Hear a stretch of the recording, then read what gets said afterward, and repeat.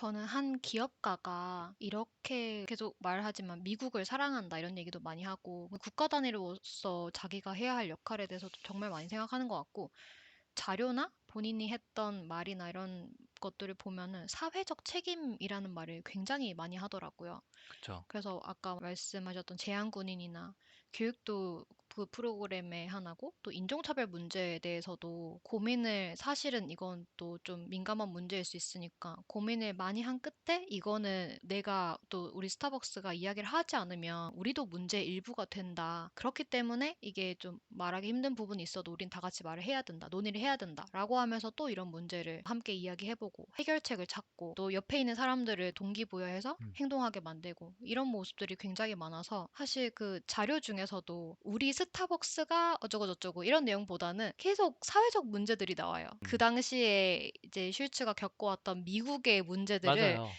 다 한 번에 볼 수 있더라고요. 이 맞아요. 스타벅스의 그 운영을 따라가다 보면 맞아요. 여타 또 네. 기업인들의 채권은 조금 더 다르구나 음. 하면서 이 문제를 또 어떻게 풀어갈까. 또 이 네. 문제가 해결되면 다음 문제, 다음 네. 문제.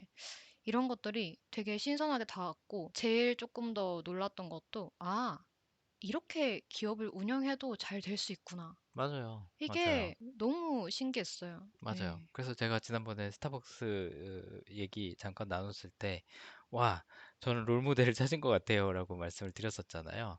정말 본인이 갖고 있는 이상을 열심히, 그 다음에 굉장히 꼼꼼하게 현실화한 사람인 것 같아요.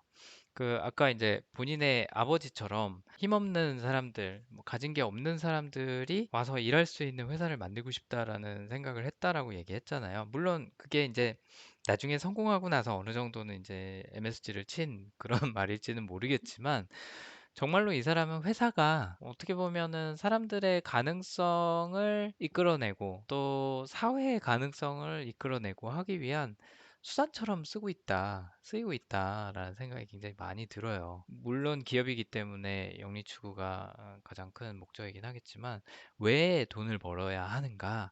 라고 만약에 묻는다면 이 사람은 스타벅스 내부에 있는 사람들, 또 고객들, 지역 사회에 있는 사람들의 가능성을 끌어내기 위해서라고 얘기를 할 확률이 높을 것 같아요. 아까 인종차별 얘기하셔서 그 얘기만 마지막으로 한번 하고 싶은데 2018년이었나요?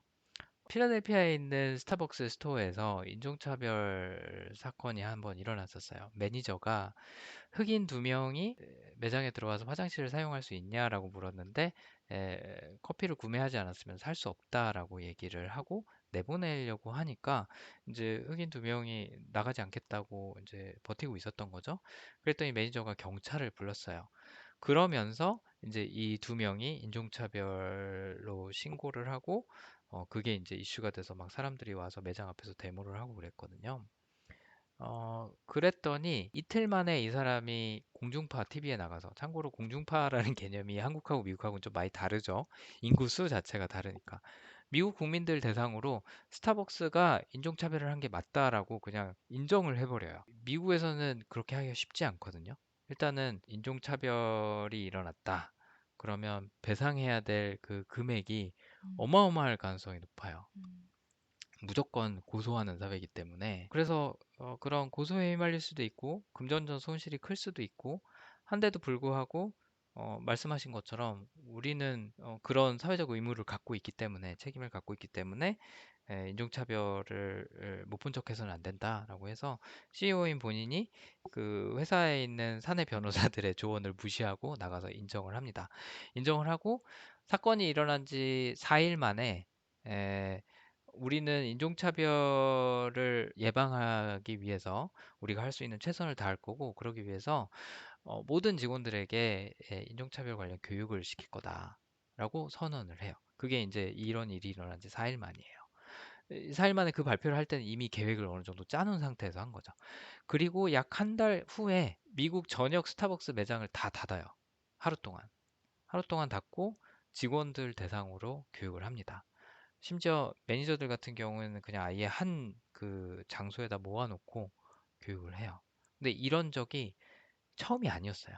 아까 얘기했던 2008년도에 금융위기 있을 때 스타벅스가 거의 망할 뻔했을 때도 제일 먼저 했던 게 매장 문 닫아 다 모여 해갖고 거기서 스타벅스의 가치 추구하는 비전 문화 이런 거에 대해서 매니저들한테 교육했던 게 첫 번째 했던 일 중에 하나거든요. 그런 것처럼 인종차별 사건이 일어났을 때도 그거에 대해서 빨리 인정하고 그것도 책임의 모습 중에 하나죠. 빨리 인정하고 거기에 대해서 뭔가 해결책을 빨리 만들어내서 그야말로 책임감 있는 모습을 보여주려고 굉장히 많이 노력을 했더라고요. 그래서 미국에 있는 인종 관련 전문가, 뭐 학자 다 불러 모아갖고 이 교육 프로그램을 한 달 동안 열심히 만들어서 제공을 한 거예요. 그냥 웬만한 회사들 같으면 뭐 직원의 실수였다. 의도한 바가 아니지만 뭐 유감으로 생각한다 정도의 사과문 내고 뭐 앞으로는 이런 일이 발생하지 않도록 노력하겠다 정도 선언하고 끝나잖아요. 그쵸. 근데 엄청난 돈을 들여서 손실을 봐가면서 그리고 또 잠재적인 법률적 리스크까지 감수하면서 이 문제를 바로잡으려고 노력하는 책임감 있는 모습을 보여준 것도 이 하워드 실주의 모습 중에 하나죠. 참고로 미국 전역에 있는 그 매장을 하루만 닫아도 당시 기준으로 몇십억, 뭐 100억 가까이 되는 돈을 손실을 감수해야 되는 거라고 음. 했더라고요. 돈이 이 사람한테는 첫 번째가 아닌 거죠. 네. 그러네요. 우리가 추구하는 가치, 우리가 고객과 한 약속, 이런 것들을 지켜내고 그대로 이행하는 게 훨씬 더 중요하다라는 그런 관점에서 매장 문 닫는 거를 네, 서슴지 않는 신기한 CEO예요. 아. 네, 그 전국의 많은 매장을. 그렇죠. 네. 당시 매장이 제가 기억하기로 뭐 만 몇 개였던 걸로 기억을 해요. 정확한 숫자 제가 기억이 안 나는데 몇 천 개였나 만 개였나 하여튼 그랬던 것 같은데 굉장히 많은 숫자죠. 하루 그리고 닫아도 어마어마한 그 그렇죠. 손실이 있을 네. 텐데. 그리고 이제 그 매장에 있는 매니저들까지 다 불러 모으면 이제 수십만이 되는 거예요. 그쵸. 그런 손실을 다 감수하고라도 우리의 가치를 지켜내겠다. 약속을 지키겠다. 라는 거 되게 멋있는 것 같아요. 네, 네. 약간 로망이 있는 그런 CEO의 모습이죠. 물론 CEO들은 다 약간씩 로망이 있긴 있는 것 같은데 이걸 이렇게 구현하는 사람은 또 처음인 것 같다. 음. 라는 생각 때문에 되게 멋있다고 생각했던 사람이에요. 그래서 뭐 요약하자면 아까 얘기했던 것처럼 누구나 할 수 있다. 나도 했으니 너도 할 수 있다. 그러니까 열심히 응원하고 지원해 줄 테니까 한번 해봐. 할 수 있어. 화이팅! 하는 그런 긍정. 그 다음에 또 내가 타인에게 또 사회에게 고객에게 한 약속은 끝까지 지킨다. 그리고 이 사람들은 어떻게 보면 끝까지 챙긴다라는 그런 약속. 이런 책임이라는 성향. 이 두 성향이 굉장히 긍정적으로 발현이 된 사례인 것 같아요. 이 성향을 갖고 있다 그래서 다 하월드 슈즈처럼 되는 건 아니거든요. 네, 네. 맞아요. 근데 자기가 무엇을 믿고 무엇을 상징하고 있고 무엇을 약속한지를 너무나도 잘 알고 있고 그거를 자신의 삶에서 또 사업에서 구현하려고 정말 노력한 그런 사례인 것 같아서 배울 게 굉장히 많다고 생각을 했습니다. 네. 그런 의미에서 아까 지연님이 얘기하신 것처럼 스타벅스가 좀 다르게 보이기 시작하는 거죠. 네. 네, 맞아요.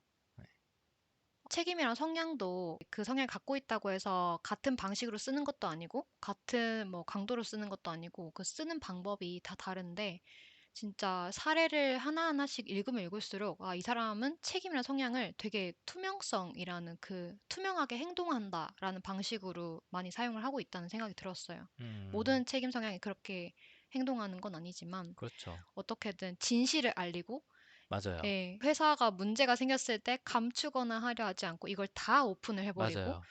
잃는 제가 조금, 이러다가 큰일 나는 거 아니야? 할 맞아. 정도로 되게, 예, 이 책임 성향을 그런 방법으로 사용하는 것 같고, 또 앤디님이랑 저랑 되게 많이 하는 그런 대화 중에 하나도 이제 성향을 갖고 있다고 그렇게 스스로 발현되는 게 아니고 잘 써야 하잖아요. 어쨌든 그쵸. 이 성향을 어떻게 쓸지의 키는 내가 잡고 있는 건데 본인이 어떻게 할 때 효율이 나는지도 잘 아는 사람 같고 그쵸. 어떻게 써야 잘 쓰는지도 좀 정말 잘 아는 사람 같아요. 그래서 저도 되게 오랜만에 이 네. 성향이라는 거를 잘 쓰는 사람의 이야기를 들은 것 같아서 음, 좀 읽으면서도 되게 저도 좀 기분이 좋긴 했어요. 맞아요. 확실히 뭔가 영감을 받는 게 예, 있죠. 또 이 에너지도 사람의. 얻고, 맞아요. 이렇게 맞아요. 써야겠다, 이런 힌트도 좀 얻고, 저도 음, 이런 이야기를 좀 해줄 수 있을 것 같아서, 음, 예, 좋은 사례였습니다. 맞아요.